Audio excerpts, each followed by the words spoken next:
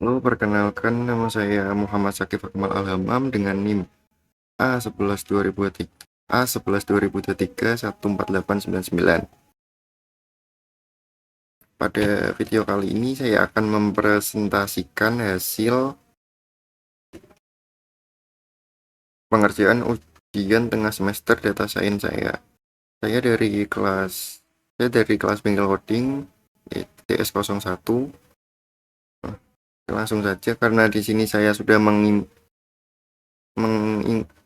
memasukkan datasetnya dan juga sudah menjalankan seluruh blok codingnya, jadi langsung saja ke penjelasan codingnya. Yang pertama tentu saja ada import library dasar dari Google Colab ini. Kemudian ini untuk blok kode untuk meload dataset atau melihat dataset. Nah, ini untuk hasilnya, dimana dataset ini itu memiliki sekitar 129.000 baris data dengan 24 kolom.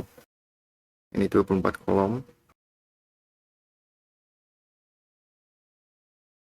Nah, dalam dataset ini terdapat kategori seperti profil penumpang, detail penerbangan, dan penilaian layanan berskala 1-5.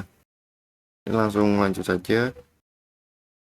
Ini untuk identifikasi missing value dan duplikasi data. Pada dataset ini sepertinya missing value-nya itu sangat sedikit, yaitu sekitar 0,3% atau sekitar 393 baris. Nah, kemudian itu ada visualisasi distribusi data. Untuk yang pertama tuh ini. Untuk yang pertama ini menunjukkan terdapat ketidakseimbangan kelas imbalance pada target kepuasan, di mana penumpang yang merasa netral sedikit lebih banyak, yaitu sekitar 56%. Kemudian sini ada juga distribusi kategori seperti gender, customer type, dan lain-lain. Di bawahnya juga ada distribusi fitur kontinu seperti umur dan lain-lainnya. Ini untuk keterlambatan dan juga arrival delay. Nah, di bawahnya tuh masih ada lagi distribusi fitur rating layanan. Ini menampilkan data-datanya tadi. Kemudian lanjut, itu ada pengecekan outlier dan korelasi. Nah, di sini untuk pengecekan outlier hasilnya tuh seperti ini. Jadi pada pengecekan outlier menggunakan box plot terdapat banyak nilai ekstrim pada fitur keterlambatan waktu dan arrival delay. Nah, ini. Kemudian di bawahnya tuh ada heatmap korelasi. Nah, dari heatmap korelasi ini terdeteksi adanya multikolinearitas yang sangat kuat antara departure delay dan arrival delay. Nah, itu pada bagian ini. Nah, kemudian lanjut ke bagian bawahnya itu ada direct modeling. Nah, jadi sebelum membersihkan data lebih jauh, saya membangun model dasar menggunakan data mentah yang di drop 0 secara instan. Saya membandingkan 3 algoritma di sini, yaitu yang pertama ada logistic regression, kedua decision tree, dan random forest. Untuk hasilnya, nah ini untuk hasilnya, random forest keluar sebagai model terbaik dengan akurasi mencapai 96,2%. Model ini sangat tangguh dalam menangani data mentah dan pola non-linear dibandingkan logistic regression.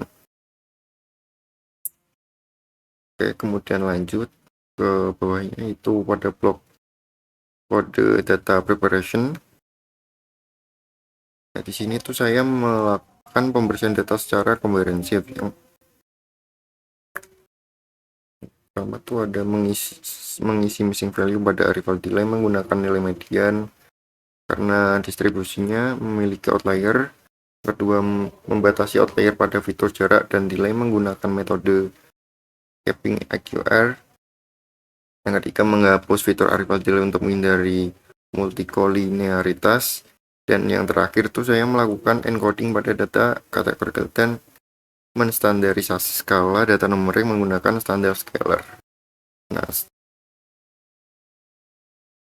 setelah dilakukan data preparation tuh hasilnya dataset tadi itu menjadi seperti ini. Kemudian kita lanjut ke blok selanjutnya, yaitu validasi dan sampling. Mengingat tadi ada imbalance data, saya menerapkan teknik smooth. Perlu ditekankan bahwa pemisahan data latih dan data uji dilakukan sebelum smooth untuk mencegah kebocoran data.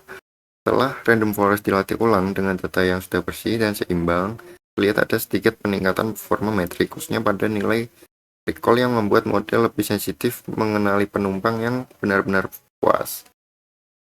Nah, jadi ini hasil setelah dilakukan smooth tadi, metode smooth tadi. Kurang lebih hasilnya tuh seperti ini untuk akurasinya ini. Nah, kita lanjut saja ke bagian selanjutnya, yaitu hyperparameter tuning dan feature selection.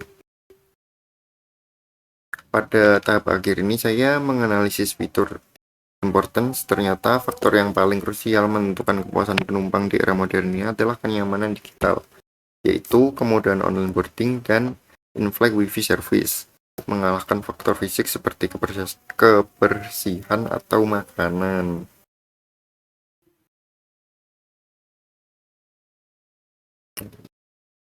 Nah, ini itu online boarding, in-flight wifi service, dan lain-lain. Faktor-faktor digital lain mengalahkan kebersihan dan juga makanan. Nah, di sini tuh saya melakukan hyperparameter tuning menggunakan randomized search pada random forest untuk mencegah overfitting yang ekstrim. Hasil akhirnya menunjukkan terjadinya trade-off yang sangat baik meskipun akurasi keseluruhan turun sangat tipis di angka desimal. Namun nilai recall justru meningkat. Bentar. Nah, ini menjadi 0,94. Ini membuktikan model akhir kita menjadi lebih tergeneralisasi dan lebih pintar dalam menekan angka false negatif. Nah, mungkin sekian saja presentasi dari saya mengenai alur pemrosesan dan data hingga pemodelan machine learning untuk prediksi kepuasan penumpang maskapai. Kurang lebihnya mohon maaf. Terima kasih atas perhatiannya. Wassalamualaikum warahmatullahi wabarakatuh.